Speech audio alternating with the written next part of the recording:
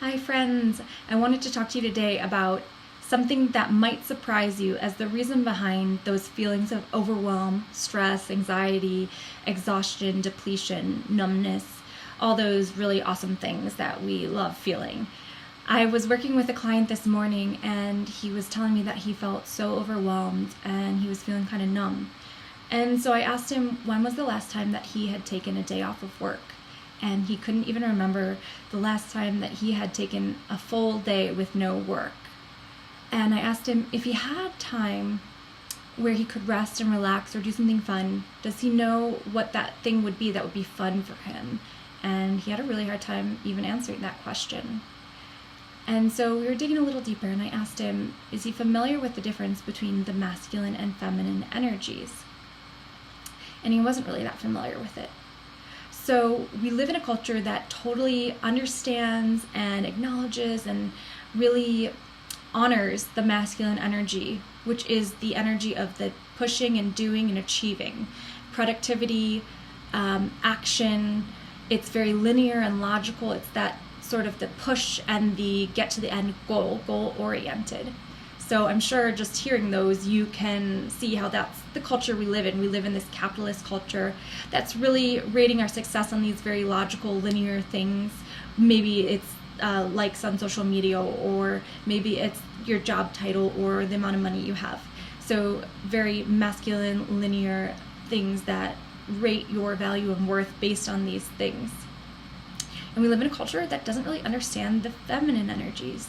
And those energies are more of sitting back, of receptivity, of being, of collaboration, of the whole. The feminine is more about the one, and the masculine is more about the one, and the feminine is more about the whole, and bringing together. The feminine is about intuition and vulnerability and playfulness. Creative energies are feminine energies. And they really work in harmony with each other. And when we are way too over-embodied in one, for example, the masculine energy, it can really cause disharmony in our life, which can show up as suffering, as anxiety, overwhelm, exhaustion, disconnection from ourself. So it would be like if you went to the gym and you only flexed with the weights and you never released and rested and paused. The resting and the pausing is the feminine. And I'm sure you can imagine if you're working out and you're only flexing, that could cause suffering, and that's not going to get you to the goal you want of stronger or leaner muscles or whatever that goal is that you want at the gym. There has to be the resting phase there. I was asking my client, how this was landing with him, and he said there's a guy he works with that he feels really is over embodying the masculine energy because he sees him always doing, trying to do like 3 things at once, trying to go to get. And that it's really hard to work with him, and he doesn't see him really getting to actually have what he wants in life. It's more that he thinks he's having what he wants, but he's just going all the time and totally exhausted.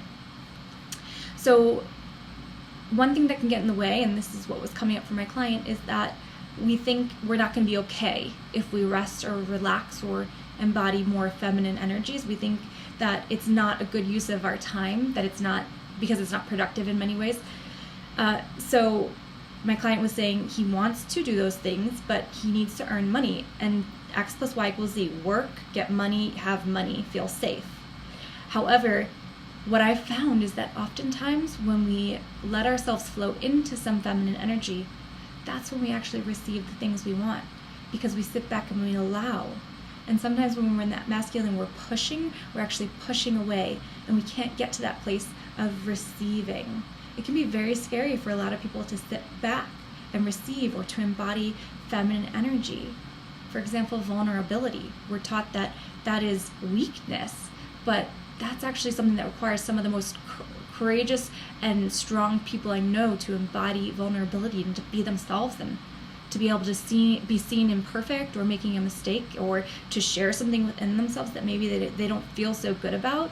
That's vulnerable, and that creates connection, and that is powerful, and that is strong. But as you know, in our culture, we're taught that being vulnerable is weak. We're very much taught that a lot of the feminine energies are negative or worthless or useless. And so it's really up to us to understand them and to begin to look at our life and see if you're feeling overwhelmed and if you're feeling all these negative emotions and stress. Is the over-embodiment of the masculine energy a part of that? Is there too much doing and not enough being? Is there too much pushing and not enough receiving and openness?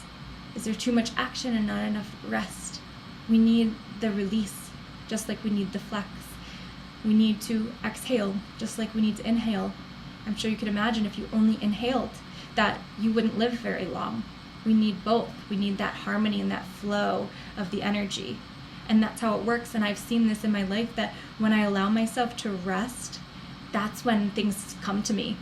When I allow myself to relax, and I actually consider it a very important part of my work. I consider it so important, if not maybe one of the most important things I can do, to rest and relax and to receive.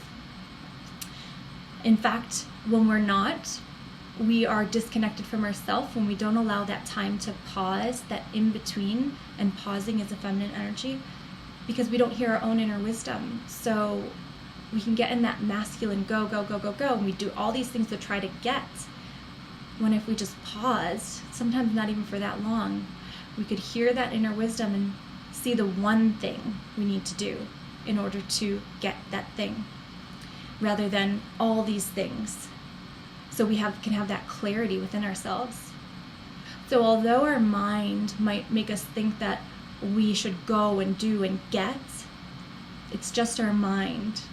Oftentimes, if we go within, we understand that actually by resting and relaxing, we can receive what it is we want. Counter thought, counter mind, counter mentality, counter culture, but not counterintuitive. If you're actually tuned into your intuition would tell you there is that harmony between them.